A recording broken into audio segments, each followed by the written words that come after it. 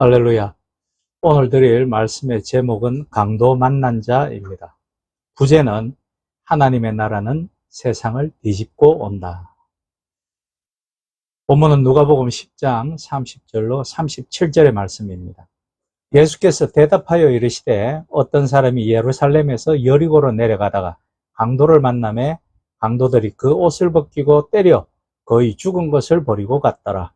마침 한 제사장이 그 길로 내려가다가 그를 보고 피하여 지나가고 또 이와 같이 한 레위인도 그곳에 이르러 그를 보고 피하여 지나가되 어떤 사마리아 사람은 여행하는 중 거기 이르러 그를 보고 불쌍히 여겨 가까이 가서 기름과 포도주를 그 상처에 붓고 싸매고 자기 짐승에 태워 주막으로 데리고 가서 돌보아 주니라.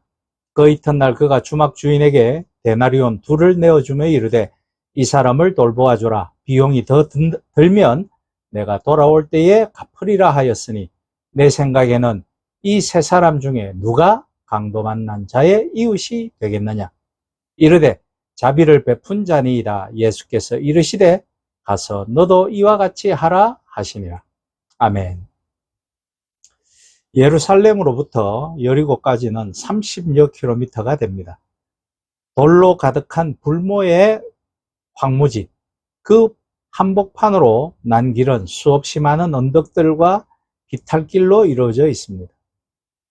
그러니 그런 길로 이루어진 사마리아에는 강도들이 많기로 악명이 예전으로부터 높았습니다.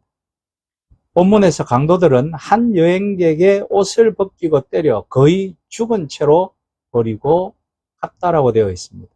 입은 옷도 빼앗겨 알몸인 이 불쌍한 이는 신분과 정체와 이름을 알 수가 없습니다. 그는 이야기가 끝나도록 익명의 강도 당한 자로 나올 뿐 어디 사람인지도 알 수가 없습니다. 그러니 그 강도 만난 자가 우리 모두가 될 수도 있겠죠. 이 이야기의 목적은 줄곧 이 죽어가는 이의 회복에 있습니다. 강도를 당한 사람 곁으로 2명의 인물이 다가갑니다. 아니, 지나가죠. 그들은 제사장과 레위인이라고 비유에는 이들이 누구인지 분명히 밝히고 있습니다. 더욱이 이들은 유대교 사회와 전통에서 가장 중요한 사회적 위치에 있는 자들이기도 합니다. 말하는 이도 듣는 이도 모두가 유대인들이니 예수님의 말씀을 듣는 이들에게는 사실 특별한 의미가 있었을 것입니다. 제사장과 레위인은 차례로 지나가며 죽어가는 자를 보았습니다. 그러나 그들은 하나같이 그를 피하여 다른 쪽으로 지나갔죠. 왜 피해갔을까요? 물론 비유는 제사장과 레위인이 차례로 그를 보자 피하여 지나친 경위를 설명하지는 않습니다. 그러나 우리는 구약 성경으로부터 단서를 발견해낼 수 있습니다. 성전에서 일하는 성스러운 이들의 제의적 정결 문제 때문이겠죠. 레위기 21장 1절과 11절이 그 단초를 제공하죠. 여호와께서 모세에게 이르시되 아론의 자손 제사장들에게 말하여 이르라. 그의 백성 중에서 죽은 자를 만짐으로 말미암아 스스로를 더럽히지 말려니와. 중략합니다. 어떤 시체에든지 가까이 하지 말지니 그의 부모로 말미암아서도 더러워지게 하지 말며 라고 되어 있습니다. 예수님 당시 이 율법이 유효했다면 제사장과 레위인은 그 죽어가는 이를 결코 도울 수 없었을 것입니다. 그는 죽은 자, 시체로 여겨졌고 그를 도우려면 신체적 접촉이 불가피하였기 때문이겠죠. 사람인 이상 제사장에게도 레위인에게도 고민이 되었을 것입니다. 그를 도울까? 아니면 내 사회적 신분 때문에 못 본 척 지나가야 할까? 이것은 실존의 문제로 다가왔을 것입니다. 그냥 지나치자니 양심의 소리가 가슴을 찔러대고 그를 돕자니 그 지엄한 율법의 정결 규례를 파기하는 꼴이 되었으니 말이죠. 사람을 살리려면 당분간 성직을 수행할 수 없어야 했습니다. 부정한 자로서는 거룩한 하나님께 제사를 집전할 수 없었기 때문이죠. 한마디로 말하여 그 죽은 자를 살리는 것은 아이러니하게도 직무유기를 뜻하는 것이었습니다. 죽어가는 자를 돌보는 것이 모든 이스라엘 평신도로부터 존경은커녕 멸시받아야 하고 같은 성직자들로부터도 집단적인 따돌림을 감수해야 하는 기이한 상황에 처하는 것이었습니다. 이것은 오늘날에도 많이 목회의 현장에 존재함을 알 수 있습니다. 그러나 그 제사장도 그 레위인도 그 알량한 선행으로 자신의 사회적 지위를 잃기엔 그들은 너무 지혜롭고 또 논리적이었습니다. 내 본연의 임무로 돌아가 내 본분을 다 하려면 내 몸을 정결하게 보존해야 하지 않겠는가? 모든 이들이 자신의 맡은 일을 착오 없이 수행할 때 이 복잡한 사회도 정상적으로 운영되고 하나님의 경륜도 정상적으로 역사하는 것이 아닌가? 그렇게 할 때 하나님의 나라도 정결하게 이루어지지 않겠는가? 이들의 행동이 그 당시의 율법적 판단 기준 하에서는 옳은 것이 맞습니다. 그러면 예수님께서 당시에 시대적으로 합당하고 종교적으로 정당한 규례와 율법을 왜 들쑤셔 일부러 논쟁의 그 폭풍 속으로 들어가시려는 것일까요? 하나님의 나라는 잘 조합된 종교적 체계 안에서 그리고 이념들과 교리들로 치밀하게 짜여진 구조 안에서 사람들이 보이지 않게 그러나 억울하게 죽어가도 괜찮은 나라가 아니기 때문입니다. 자살이든 타살이든 하나님의 섭리와 창조에 반하여 생명 폐기를 방조하는 것은 결단코 하나님의 나라가 아닌 것입니다. 힘이 곧 정의가 되어 강도들이 세상을 제압하는 그런 나라는 더더욱 아닌 것이죠. 그 나라는 무엇보다도 사람을 가장 귀하게 여기는 나라여야 하며 생명을 유일한 궁극적인 가치로 삼는 나라여야 합니다. 하나님의 나라는 인간 가치이고 생명, 즉 자연적으로 우연하게 생겨난 생명이 아닌 창조자의 선한 계획과 의도로 만들어진 창조의 가치인 것입니다. 사실 그동안 우리 기독인들의 가치체계는 자신만의 구원, 자신만의 이익, 자신만의 사랑, 그런 것들이 더 컸습니다. 그러므로 이제는 인간 가치와 생명 가치의 중요성에 눈을 떠야 할 때입니다. 생명수를 흘려보내야 하는 것이죠. 우리 삶의 모든 목적은 예수님을 닮아 인간가치, 생명가치를 사랑과 화평이라는 신념과 실천으로 녹여내는 신앙이어야 할 줄로 믿습니다. 제사장과 레위인이 피하여 지나친 후에 한 사람이 그에게 다가오죠. 이 사람도 물론 익명이지만 그는 사마리아 사람이라고 성경은 적시하고 있습니다. 이 비유는 지명과 지역적, 계층적 신분, 사마리아인이니 레위인이니 제사장이라를 갖는 유일한 이야기입니다. 여기서 사마리아인이란 것은 매우 중요합니다. 앞서 등장한 제사장과 레위인이 유대인으로서 사회적으로나 종교적으로 꽤 높은 신분의 사람이었다면 이 사람은 정반대죠. 그러나 제사장이나 레위인이 모두 그를 보면서도 피하여 지나친 것에 비하면 이 자는 그를 보고 불쌍히 여겨 가까이 다가섰고 그뿐 아니라 큰 손실을 감수하면서 온갖 정성을 다 보이며 그를 살려냈습니다. 이 비유에서 사마리아 사람의 등장은 전혀 뜻밖입니다. 왜냐하면 유대인들에게는 일종의 당연한 사회적 위계가 있었는데 이를 완전히 거스르기 때문이죠. 그 위계란 다음과 같습니다. 가장 높은 계급이 제사장, 그 다음이 레위, 그 다음에 이스라엘의 평민, 그 다음이 사생아, 그 다음이 성전 노예, 그 다음이 개종자, 그 다음이 해방 노예.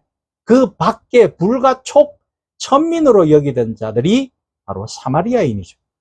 그렇다면 비유에서 제사장과 레위인 다음에 그 불쌍한 자에게 접근하는 인물로는 이스라엘인이 왔어야 옳습니다.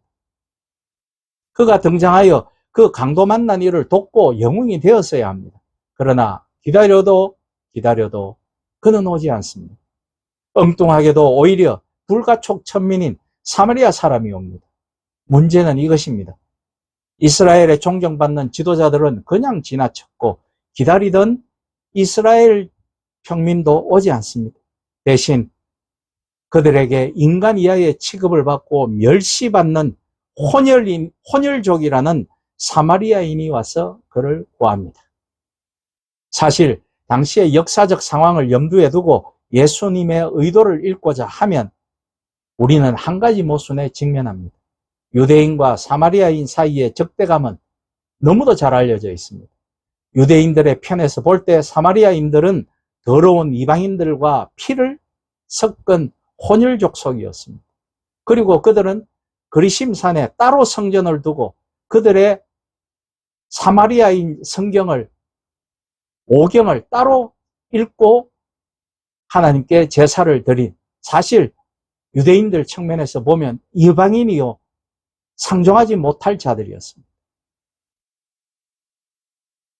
그러니 사마리아 사람이라는 것은 사회적으로나 종교적으로나 혐오스러운 존재였습니다.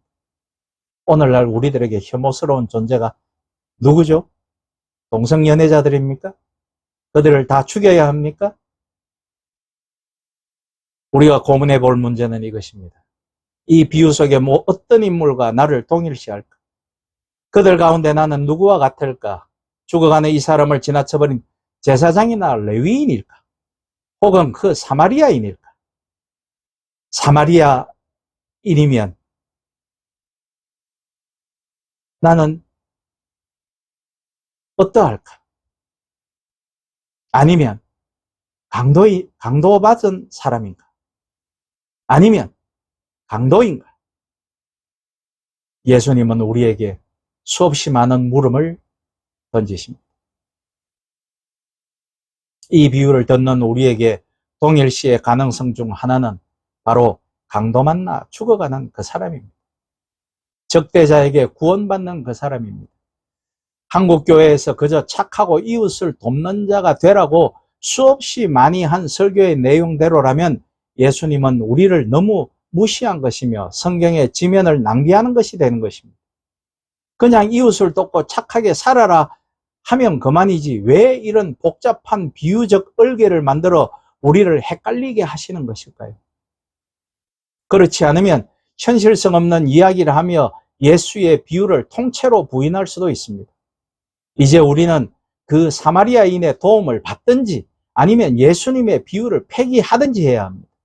예수님의 비유를 뿌리칠 수 없다면 우리는 상종 못할 사람의 도움을 받아야 합니다. 그러기 위해서는 먼저 유대인들의 계급 구조의 위계를 깨야 합니다. 우리들이 교회 안에서 스스로 가지고 있는 그 위계, 하나님도 예수님도 말씀하지 않았던 그 위계, 또는 이 나라에 존재하는 신분적 위계, 이것은 물론 인종과 문화 그리고 종교와 사회와 국가의 계급화에 따른 인간 차별의 주제를 가집니다. 비유는 처음부터 나를 참여자로 이끕니다. 예수님의 이야기에서 그 강도 만난 이는 이름이 없죠. 이는 바로 나의 존재를 그 강도 만난 자와 같은 이 비유 안에 넣음으로써 이 사건을 몸소 체험하여 하나님의 나라를 깨달으라는 것입니다. 어느새 나는 그가 됩니다. 나는 졸지에 강도를 만나 폭행당하고 가진 것을 모두 빼앗기고 죽어가고 있습니다. 구렁이에 처박힌 채 내 앞에 제사장이 다가오고 또 레위인이 오는 것을 봅니다. 나는 목숨을 구하려 그들에게 소리를 칩니다. 그러나 아무리 소리를 질러대도 그들은 나를 헐깃 쳐다보고 광야에 다른 길로 사라져 갑니다. 얼마나 시간이 흘렀을까요? 또 희뿌여진 내 시야 앞으로 다가오는 사람이 보입니다. 얼핏 보아도 형색은 영락없는 사마리아인입니다.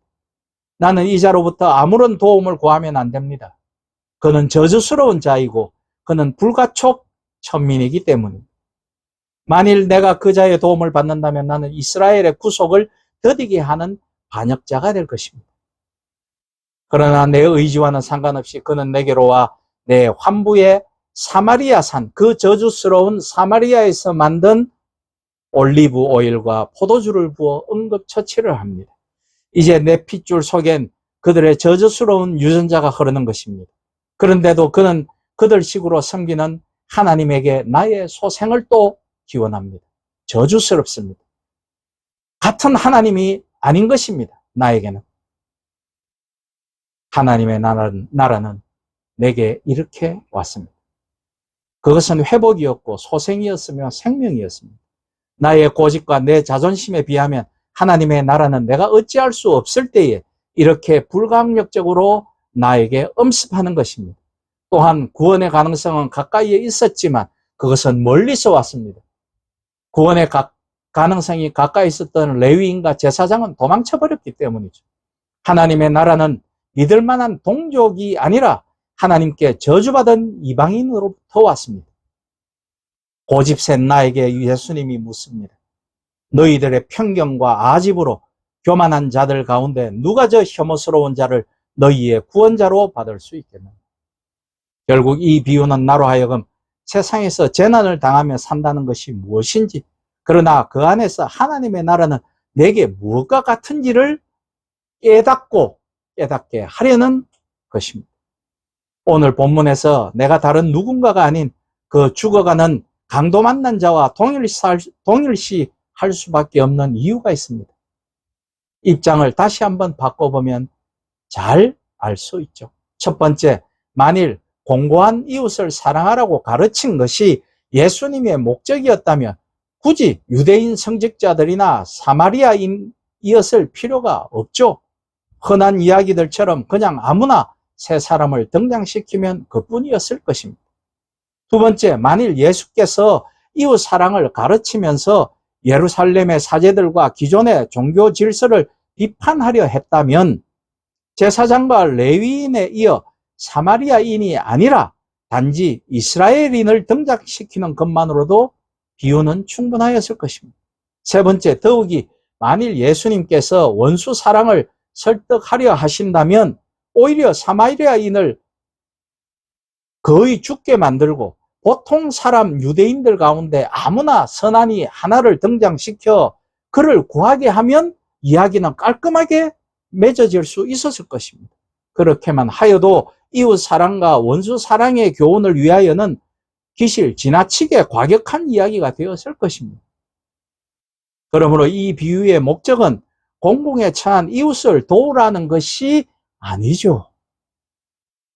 이웃 사랑의 가르침도 원수 사랑의 감화도 비유의 요점이 아니었다면 예수님의 의도는 무엇이었을까요? 정상적인 유대인 예수께서 유대인 회중에게, 그것도 예루살렘으로 배경으로 하여 그 성결한 유대인을 죽여가면서 그 혐오스러운 사마리아인으로부터 그를 구하기까지 이렇게 과격하게 말씀하시는 의도는 무엇일까요? 왜 예수님은 제일 부정하고 제일 구역질 나는 사마리아인에게 제일 빛나는 배역을 맡길까요? 오늘날로 우리나라 실정에 맞게 하자면 LGBT, 동성연애자들, 혐오하는 외국인 근로자들로 그 배역을 맡기신 겁니다. 하나님의 나라는 그런 자들에게 그렇게 넘어가 버린 것일까요? 이 비유는 종교와 계급화를 통하여 인간을 차별하고 또 이 차별적 질서와 사회적 구조를 통하여 문제 많은 세계를 지탱하며 자신의 기득권을 유지하려는 모든 시도들을 뒤집어 버리시는 겁니다. 이 비유는 하나님의 성스러운 다스림이 종교적 우월성과 경건의 급껍질 속에 임한다는 믿음을 노골적으로 파괴시키는 것입니다. 그런 도전을 우리에게 주시는 거죠. 하나님의 나라는 인간의 모든 교만한 우월감과 종교의 경직된 제도를 초월하여 구현됩니다.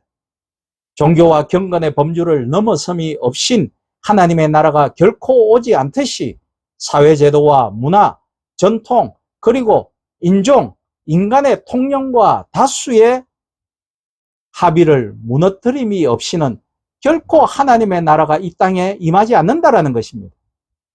말하기는 우리가 당연하다고 여기는 모든 신앙적인 질서와 전통과 규례화된, 그래서 어떤 때는 그것이 하나님의 말씀보다 더 권위적인 그 모든 것에 대한 가치를 다시 한번 생각하시고 부숴버리시는 시간이 되시기를 소망합니다.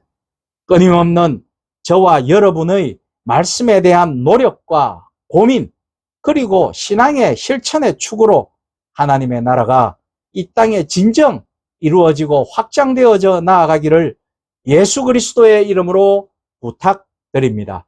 아멘.